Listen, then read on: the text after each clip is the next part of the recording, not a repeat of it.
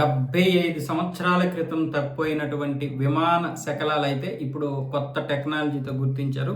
1952 April 11న Puerto రికోలోని San Juan airport నుంచి 64 మంది ప్రయాణికులు, 5గురు సిబ్బందితో న్యూయార్క్ వెళ్తున్న పాన్ అమ్ ఫ్లైట్ 526A విమానం గాలిలోకి ఎగిరి కాసేపటికే సాంకేతిక లోపానికి గురయ్యింది. ఇంజిన్లు ఒకదాని తర్వాత ఒకటి ఫెయిల్ అవడంతో పైలట్ అత్యవసరంగా సముద్రంలో ల్యాండింగ్ చేయాల్సి వచ్చింది. ల్యాండింగ్ సమయంలో తోక భాగం విరిగిపోయిన క్యాబిన్ పటిష్టంగా ఉండడంతో అందరూ ప్రాణాలతోటే ఉన్నారు. అయితే ప్రయాణికులకు అప్పట్లో కొత్త విమాన ప్రయాణం కాబట్టి లైఫ్ జాకెట్లు ఏ విధంగా ఉపయోగించాలో, ఆక్సిజన్ మాస్కులు ఏ విధంగా పెట్టుకోవాలో తెలియక అది కమ్యూనికేషన్లో కూడా కొంత గ్యాప్ రావడం వల్ల మొత్తానికి వాళ్ళందరూ కన్ఫ్యూజన్కి అయ్యి అందరూ చనిపోయారు. అందులో 17 మంది ఆ సముద్రం నుంచి మొత్తానికి ఈత కొట్టుకొని ఏదో ఒక విధంగా బయటపడ్డారు, కానీ మిగతా వాళ్ళందరూ చనిపోయారు.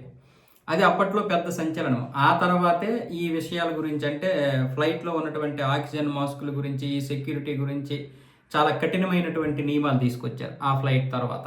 పైగా అప్పటికి అది ఇంకా కొత్తగా ఇదవుతున్నటువంటి పరిస్థితులు. సో మొన్న 2014లో మలేషియాకి చెందినటువంటి ఒక ఫ్లైట్ కూడా మిస్ అయింది కదా, దాని కావచ్చు కూడా ఇప్పుడు తెలియవచ్చేమో అని చెప్పి ఇప్పుడు దాని గురించి కూడా ఎంక్వైరీ చేస్తున్నారు. దీనికి సంబంధించి ఎయిర్ సీ హెరిటేజ్ ఫౌండేషన్ వ్యవస్థాపకుడు రస్ మాథ్యూస్ నేతృత్వంలోని ఒక టీము సుదీర్ఘ అన్వేషణ సాగించింది. ప్రైవేట్ అండర్ సీ అన్వేషణ సంస్థ డీప్ సీ విజన్ అధినేత టోనీ రోమియో తన బృందం సముద్రంలో దాదాపు 2000 అడుగుల లోతులో సోనార్ స్కానింగ్, అత్యాధునిక కెమెరాల సహాయంతో తనిఖీలు చేపడితే దగ్గర 3,50,000 ఫోటోలను విశ్లేషించి 30 గంటల శ్రమ తర్వాత విమాన శకలాలను స్పష్టంగా గుర్తించారు.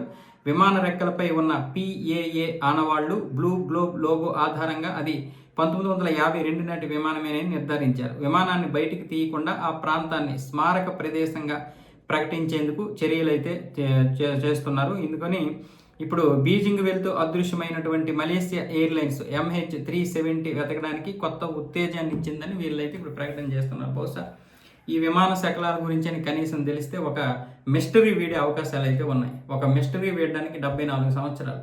ఈ మలేషియా ఫ్లైట్ మిస్టరీ ఇప్పటికీ వేయలేదు. ఇప్పటికీ మలేషియా ప్రభుత్వము, అలాగే ఇటువైపు చైనాకు చెందినటువంటి కొన్ని సంస్థలు ఈ యొక్క ఫ్లైట్ని వెతికేటటువంటి ప్రక్రియ ఇప్పటికీ కొనసాగిస్తున్నాయి.